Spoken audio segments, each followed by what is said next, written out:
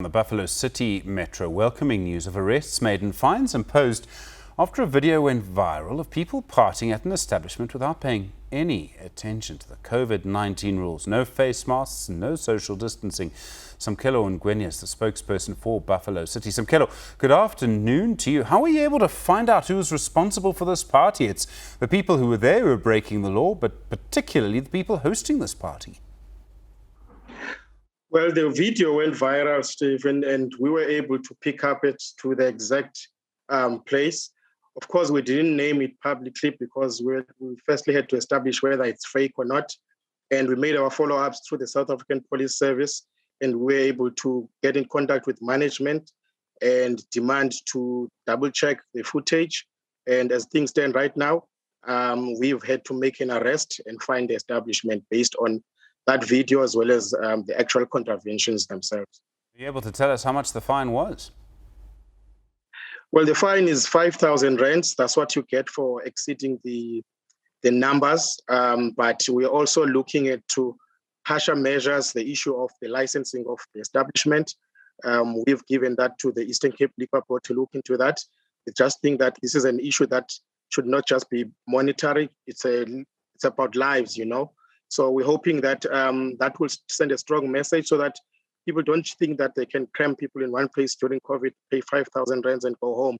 So hopefully that area will be looked into and we'll get to have more harsher conditions looked into in terms of the establishment's license conditions. It's really quite something. I mean, this was the first weekend since the sale of alcohol was unbanned, and I'm sure there's a link between that announcement last Monday night and the party. We're seeing it on our screen now. And the first responses, the first sort of Friday that comes along, someone goes and does this. I mean, it really is astonishing.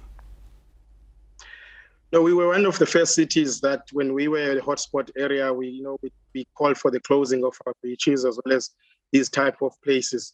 And we've been seeing the numbers being at a very manageable position. And this is not the first time that the alcohol sales have resumed in the city, but this is the first time that we've had this sort of a reaction. It's not only this establishment. We've picked up in the command council this morning that there's various areas people have just been, I think, overexcited, so to speak. I think business have been over-eager as well to try and get the much lost profits. So it's a cause for concern because the numbers were under control. We have a bit worried as to what this will be in terms of the implications. And we have put together a task team to follow up on all of these areas, and we're hoping that this particular sentencing and fine will send a strong message. I mean, of course, the other thing is, is the party just going to move somewhere else this weekend? And the police, it really is a job, I suppose, for the police to try and sort of keep an eye on things. It's actually very difficult to do. I mean, this was a particularly big establishment. You can see in the footage there. There'll be other people who've broken the law in much smaller establishments. Look, people have been saying, what are you doing as a municipality about these conditions? I mean, the last week we've visited 47 establishments, but across the city, there's over 100 places that are dealing and trading in liquor. So we rely a lot on terms of just businesses complying. And also, we're also relying a lot in terms of just people working with us in these type of situations. So from our side, we are putting together structures on the ground. Information and informants have become very important when it comes to this. But ultimately, I think the issue of COVID-19, as the president has said, it's all in our hands. We can police as much as we can, but at the end of the day, people have to take responsibility. So in terms of the structures that we're putting on the ground, we're hoping that the escalation of our enforcement will lead to some form of deterrence. And we're also hoping that this particular action, the swiftness of the action, the fact that we're able to come in, show force, and then show that there's not going to be tolerance, will send a message of people, not taking that type of a chance. I think visibility becomes very important, and we're hoping it's something that we will not be in the news for in the following weeks. So, Samkelo, in this case, the Liquor Board could well take away their license, and I think other provinces have done that when someone's broken the regulations, and I'll sort of almost be surprised. You can't speak for the Eastern Cape Liquor Board, but I'm sure that's kind of where things are going to head. But 5,000 rand, they probably made more profit than that. Would you like to see those fines increased? Are you having a conversation around that? I realize that it's kind of, in a way, not up to you. It's national legislation. It's very difficult for us. We know that our businesses have taken a knock.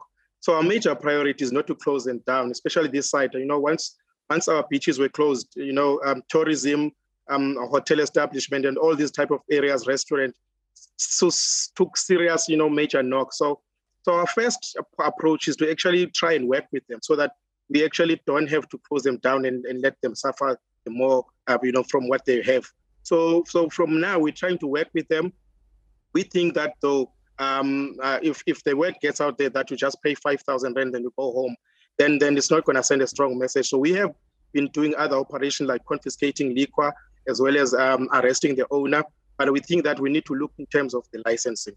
We have to be more vigilant around the conditions of their licensing. And if needs be, people don't listen, then they have to suffer the consequences. We've lost 2,000 people in this city to COVID-19, Stephen, and it's definitely unacceptable that at this stage of the virus, there's still the videos of this nature that are trending out there, and we cannot allow that to happen. Samkelo Ngwenya, thanks very much indeed. Do appreciate it from Buffalo City, the metro there.